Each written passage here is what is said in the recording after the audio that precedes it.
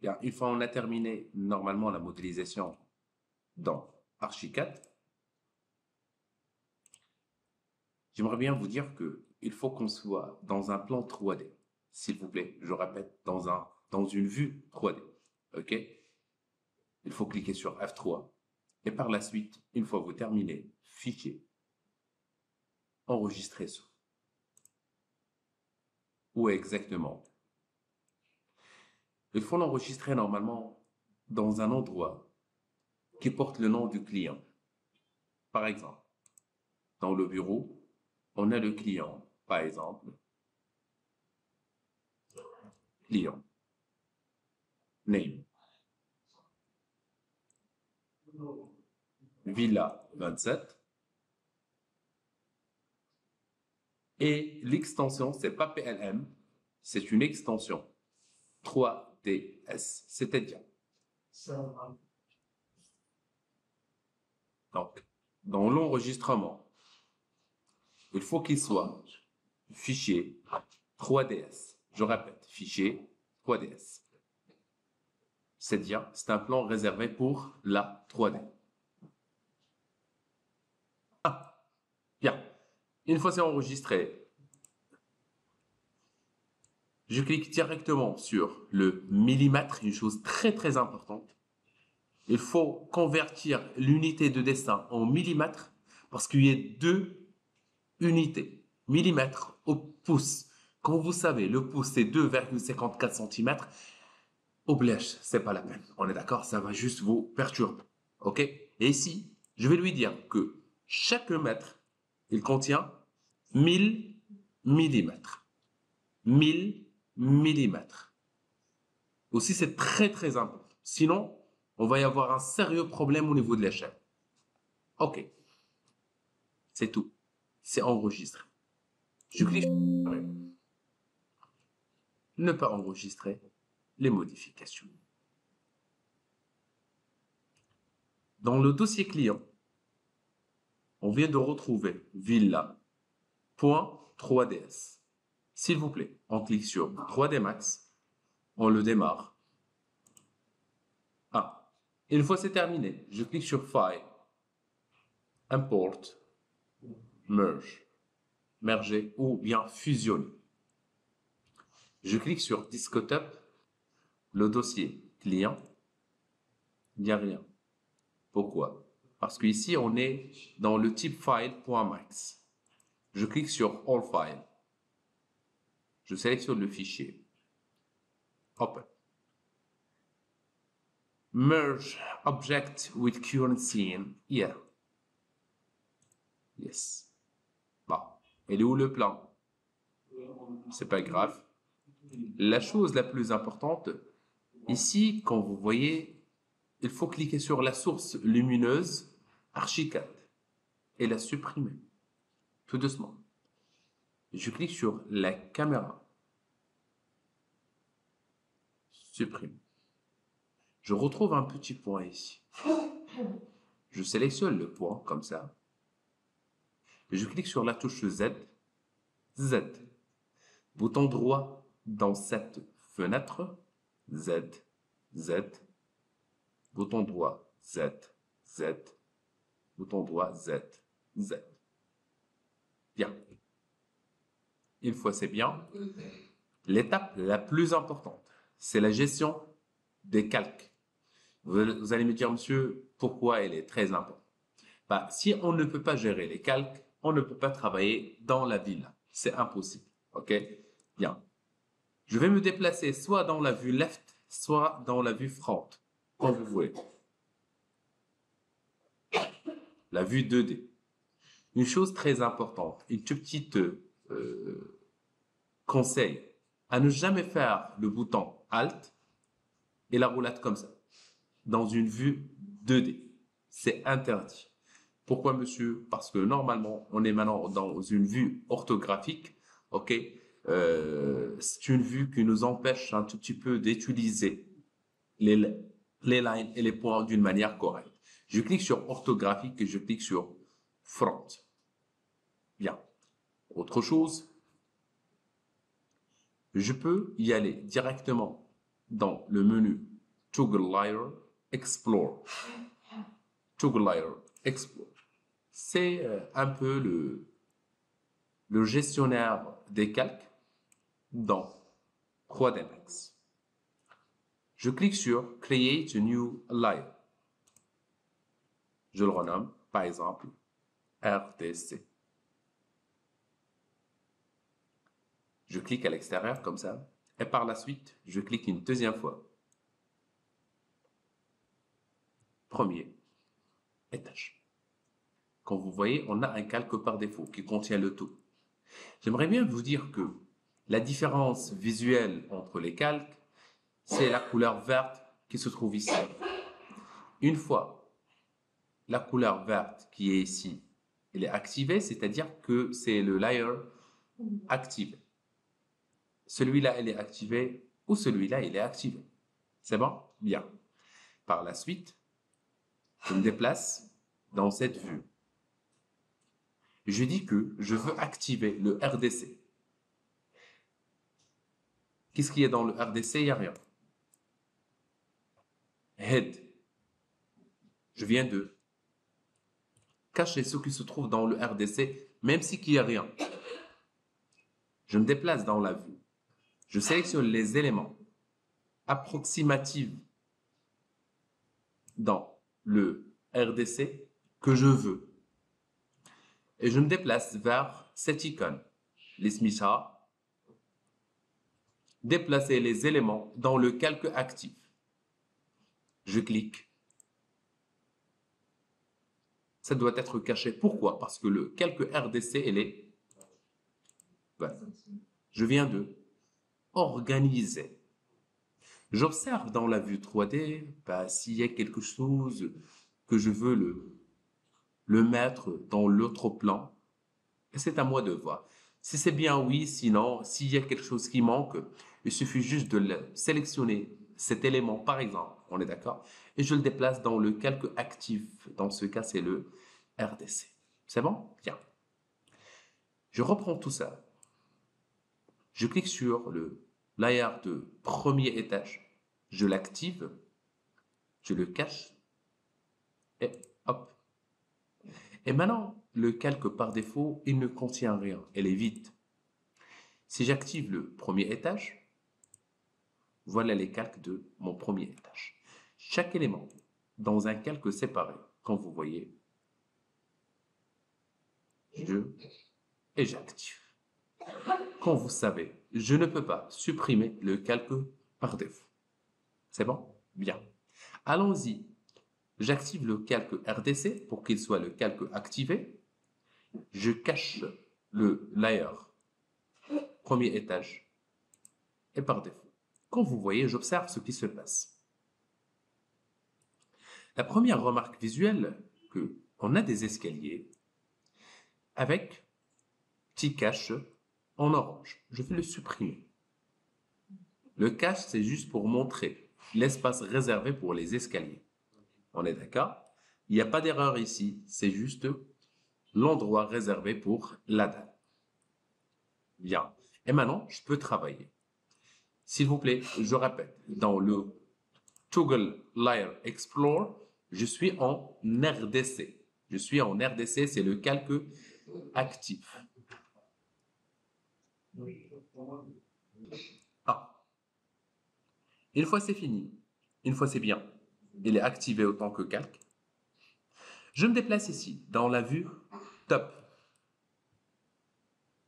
Attention, j'ai caché le premier étage et la dalle aussi.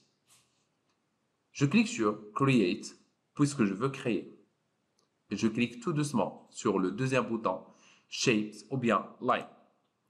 Je veux créer une forme linéaire.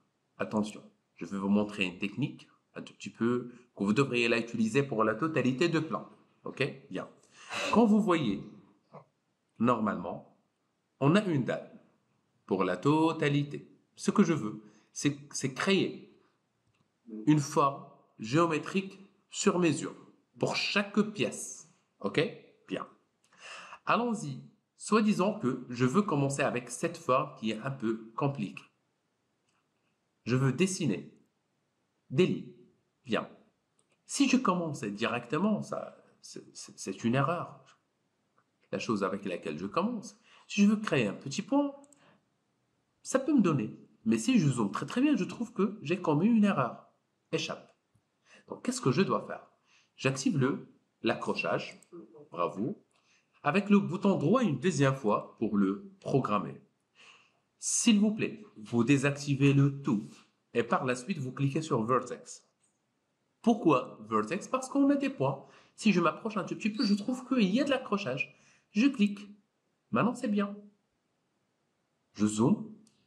Vite fait. Ben voilà.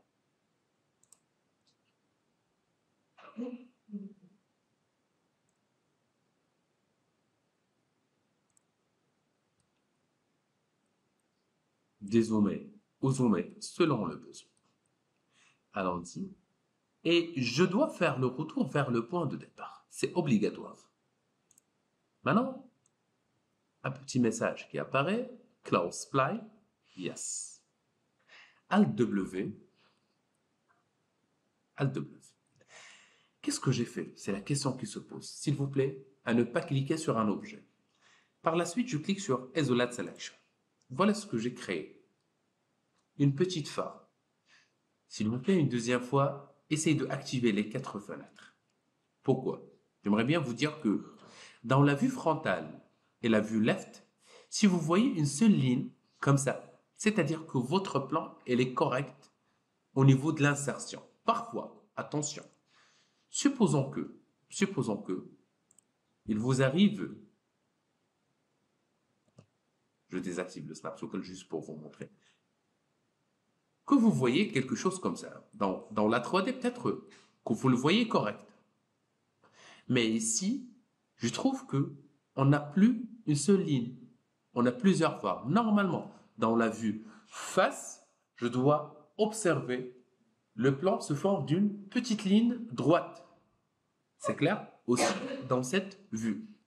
Monsieur, est-ce qu'il y a une solution? Certainement. Je clique sur Line, je clique sur Vertex, et je clique sur un point qui apparaît correct. Celui-là, par exemple. Je trouve que ce petit point se trouve dans 300. Dans le Z, c'est 300. Et si je clique sur l'autre point, je trouve qu'il y a une deuxième valeur. Une autre valeur totalement différente, soit qu'elle soit. Donc, je mets 300, entrée. Et j'observe ici que j'ai obtenu la ligne droite, ce qui fait que mon plan est correct. C'est bon? Bien. La deuxième des choses qui est aussi importante, notre ligne n'a pas de volume. N'a pas de volume. On est d'accord? C'est une forme 2D. Qu'est-ce que je dois faire? Je clique sur Line, la liste des modificateurs, et je cherche le modificateur qui s'appelle Extrude, qui commence avec EX. Je tape EX comme ça, vite fait. Je trouve Extrude. Extrude, en tant qu'objet, je vais lui donner un petit centimètre et je clique sur Isolate Selection. Bien. Voilà notre objet. Malheureusement, elle est dans 300. Elle est en haut parce que l'accrochage s'est fait sur les points de haut. C'est pas grave, je le sélectionne. Je vais lui donner un 0. 0. Et le voilà. Je pense que vous voyez qu'il y a une différence entre cette salle, cette pièce et les autres pièces. Bien. On passe pour créer notre texture de base. Pour cette raison, je clique sur Internet. Pour la première fois, on va télécharger une texture. Je passe vers V-Ray, Material, dans la barre de recherche, et je vais y aller directement dans V-Ray, Material.do. C'est le site officiel de V-Ray. Je clique sur Architecture. Ce que je veux faire, c'est juste vite télécharger une texture, on est d'accord, sans se casser la tête avec. Ok. Je télécharge cette texture. J'aimerais bien juste vous montrer, s'il vous plaît. C'est pas mon objectif. C'est déjà téléchargé. C'est déjà téléchargé. Je clique juste et c'est un téléchargement direct. On est d'accord? Si vous retrouvez un tout petit problème au niveau de téléchargement, c'est-à-dire que vous devriez faire juste l'inscription. On est d'accord? Bien. L'étape. Je clique sur le dossier de téléchargement. Je trouve que voilà les fichiers que j'ai téléchargés. C'est bon? Cette étape aussi, elle est obligatoire. CTRL X, c'est couper. Aller vers mes documents. Mes documents. Je cherche les documents 3D Max. 3D Max avec la version que vous avez. Si vous avez 2018, 2020, 2023, ok. Par la suite, je cherche matériel library. Matériel library. Ok. CTRL V. Une chose très importante. Il faut savoir que هذا c'est un fichier zip. Bouton droit. Extraire vers. Donc, extraire tout. Donc, plus, afficher plus d'options. Extraire vers le nom. Le deuxième aussi. Extraire vers le même nom. On a maintenant 4 fichiers. Je vais sélectionner les fichiers zip et je vais les supprimer. C'est bon? Et je vais vous dire pourquoi c'est obligatoire cet petit endroit. Je clique maintenant sur Matériel Editor. Voilà l'icône Matériel Editor. Si vous ne le retrouvez pas, il suffit juste de cliquer sur M. Là.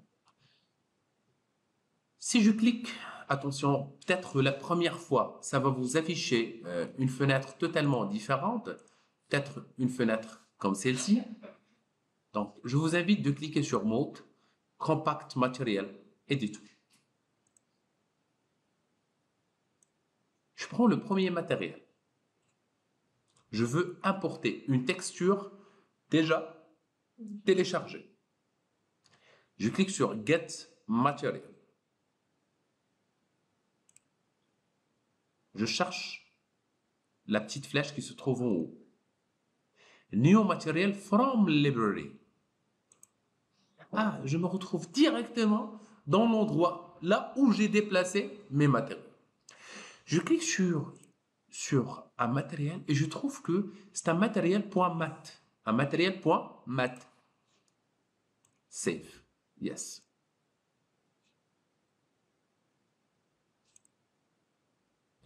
Et ben voilà. Le voilà. Je le retrouve en haut. En double-cliquant et c'est importé directement. Je ferme cette fenêtre. Vous allez me dire, monsieur, mais le matériel que vous avez importé, normalement, il lui faut une texture, parce que c'est matériel et texture en même temps. On est d'accord? Ben oui, je suis d'accord avec vous. Donc, je clique sur Basic Parameters. Si vous le retrouvez quelque part, il faut chercher Basic Parameters. OK? Et au lieu de sélectionner une couleur, on va cliquer sur le bouton. Je clique sur Bitmap. Si vous avez une version 2020 et avant 2020, 2019, on est d'accord? Il faut chercher le menu général. Le menu général. Si vous avez une version 2021, 22, 23, il suffit juste de cliquer sur Virer Bitmap. Je me retrouve dans le même dossier, là où je trouve des textures maintenant. Voilà la texture, et elle est toujours mentionnée diffuse. Voilà la texture.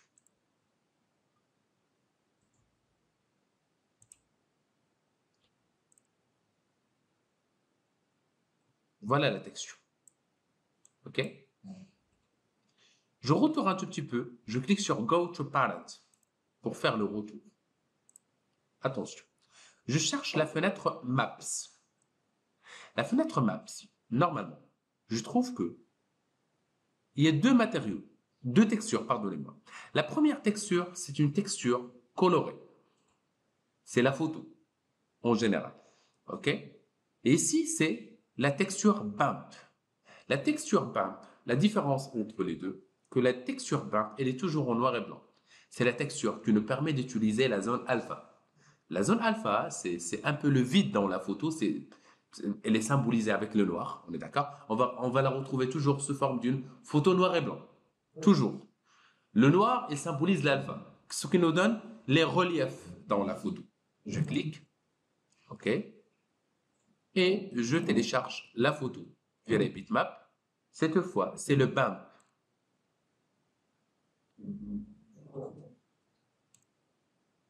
Dans la photo. C'est bon? Bien. Et je l'importe maintenant. Il suffit juste de l'importer en cliquant sur Assign Material to Selection and Show Shaded Material in Viewport. C'est toujours le troisième bouton à gauche et le quatrième bouton à droite. Maintenant, c'est actif.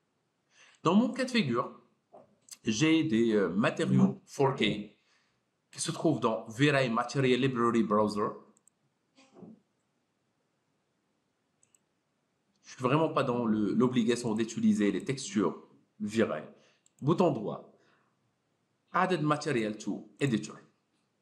Voilà, directement. Et je clique sur un autre, c'est juste pour faire la différence un tout petit peu. Je clique sur un autre matériel. Je prends un autre, bouton droit, Added Material to Editor. Bien, maintenant, je clique sur Header. Le troisième bouton à gauche, le quatrième bouton à droite. Et ici, par exemple, dans la totalité, je vais insérer une texture de base. Et c'est affiché. Certainement, vous allez me dire, monsieur, mais on n'observe rien. Bah, elle est où la texture? D'abord, on est en mode de modélisation. Pas forcément le fait de bien vu ou bien visualiser, pardonnez-moi, la texture. Mais ça n'empêche pas. Je clique ici. Sans oublier, Isolate Selection. Au début, c'était une forme linéaire qu'on lui a donné de l'extrusion. On est d'accord? S'il vous plaît, vous cherchez ici le modificateur UVWMap. UVWMap. Vous allez me dire pourquoi elle est nommée comme ça. Donc, comme vous savez, les axes, c'est X, Y et Z. UVW, ce sont les textures réservées pour X, Y et Z. Map, c'est map, on est d'accord? Je l'active. Maintenant, c'est activé. Est-ce que c'est planar? Oui, c'est planar. Donc, c'est le type de planar, on est d'accord? C'est pas box à 100%, on est d'accord? C'est pas face, c'est pas spherical, on est d'accord? C'est planar. Et ben voilà notre texture. Je clique ici. Ben, la même chose. Soit je clique ici et je vais insérer UVWMap, ou bien une deuxième technique, je clique ici, ici, contrôle ici, Isolate Selection. Attendez. Contrôle. Ouais. Isolate Selection. Je clique ici, là où il y a UVWMap, je maintiens la touche contrôle et je le glisse directement dans cette fenêtre. Voilà. En effet, on a deux textures totalement différentes, on est d'accord, avec le UVWMap de notre premier texture. Allons-y, je clique ici. Malheureusement, je dois appliquer le mode box. Ce n'est pas une obligation, mais de préférence pour qu'il nous donne une visualisation claire. Bref, j'arrête, s'il vous plaît. Essayez maintenant de créer plusieurs lines ici, qui nous permet d'obtenir plusieurs types de revêtements au choix. Vous l'appliquez, vous insérez les textures de V-Ray Material.do, on est d'accord, et on applique. Arrêtez